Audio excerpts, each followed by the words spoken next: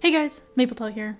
Today I'm doing another style challenge, drawing my OC in the art style of 8 different video games with cats in them that I've played. Let's get into it. First up is Coffee Talk. I am super excited about the sequel that comes out today, assuming I stuck to my video schedule.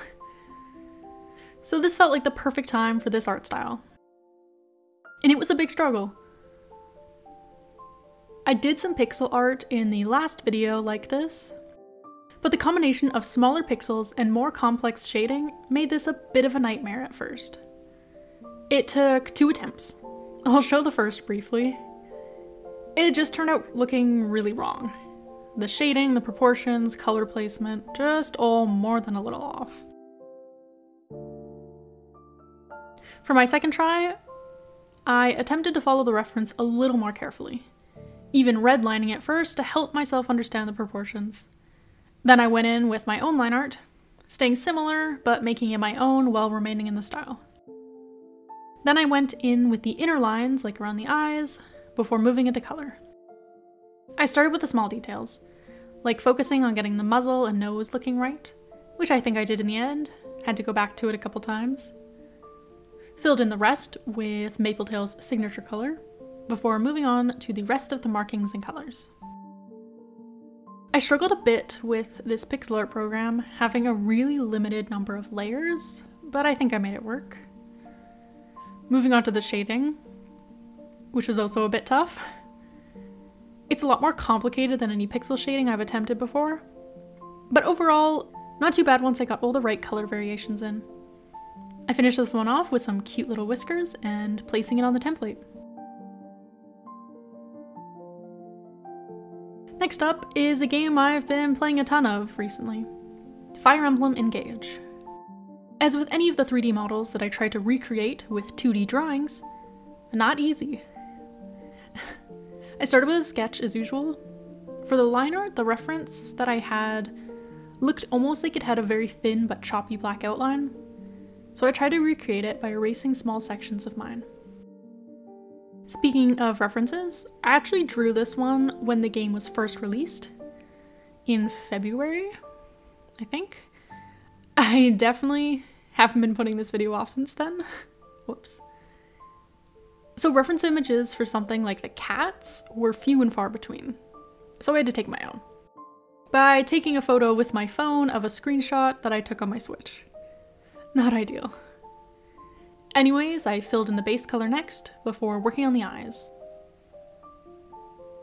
I started with the teal, then adding the pupils and highlights, and outlining on top of them.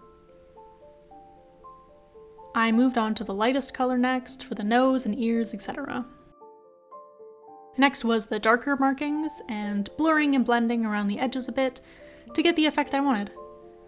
The shading was pretty tricky again, in its shape and texture. But I did my best of all the references, using different brushes to try to get choppier edges. Finishing off with a touch of highlights on the ears. Definitely started off with 2 tricky styles today.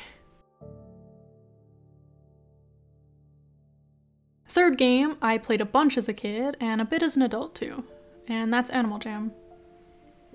There are a few different types of cats in this game, but I decided to use the original pet cat as reference. It was a much easier time than I've been having so far.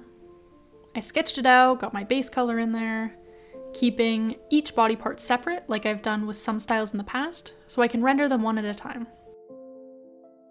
Got some simple shading in, added the cute stripes and markings, adding shading to those too. Then I went in with all of Mapletail's little details, and moving some stuff into better positions as I went.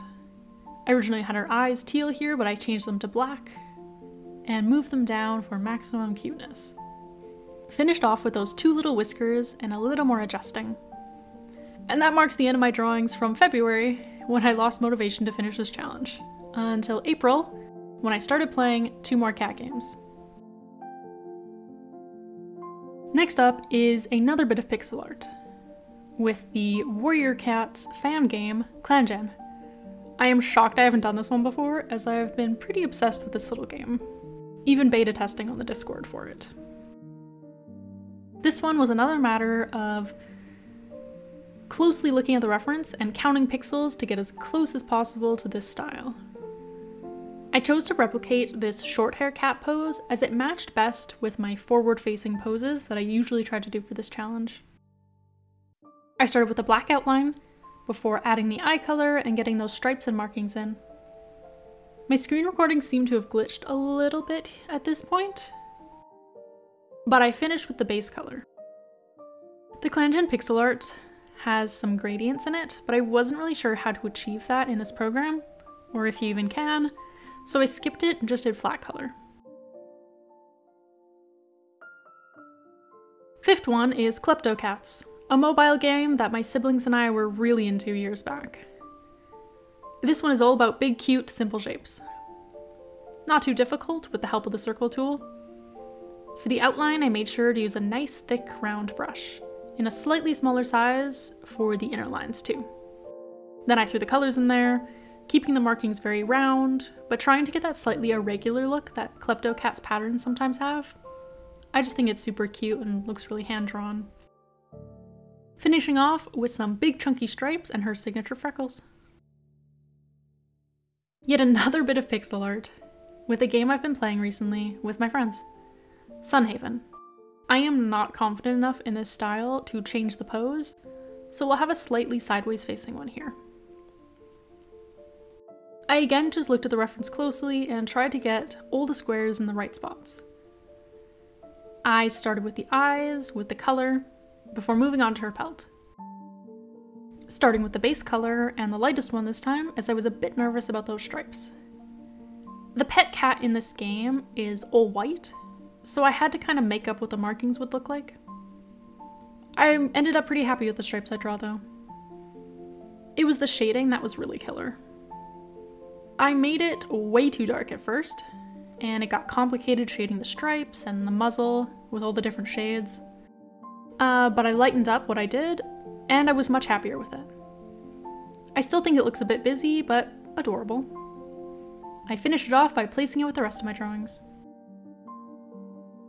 Next up was a pretty fun and silly one, using the style of the cat bandits from A Hat in Time.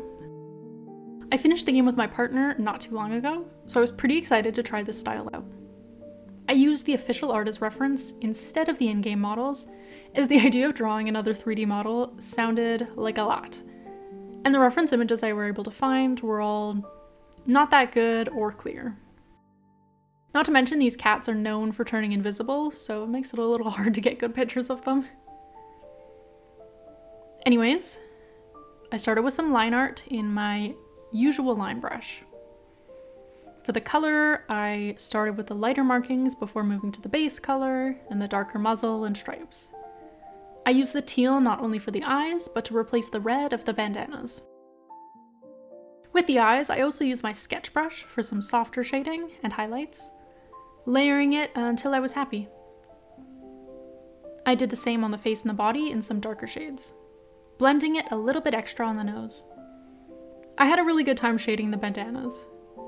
I just think it turned out well, and it was a satisfying process. I turned the opacity down on said shading and called it done. Last, but not least, is this cute little bubble tea game that Google had for a bit that my siblings showed me. I just think it has the most charming illustrations, and I wanted to include it even though it's a much smaller game than most that I've drawn from. I took a bit of inspiration from both cats in my reference image, mostly from the first, but I had to get those cute little teeth from the second. Onto the sketching. This was another big round shape time. For the outline, I used a scratchy pencil brush as it was pretty close to the original drawing. The colors were also super simple to do, just filling everything in Mapletail. Making her outfit teal again. For the markings, I also kept everything very round. And that's that. Thanks for watching. I am so happy to finally be done with this set of art styles, and I think it turned out really well. I still have a few more styles saved for next time, mostly ones I've been really avoiding getting to for various reasons, mostly because I think they'll be hard or annoying to do one day. Anyways, I hope you enjoyed, and I'll see you next Thursday.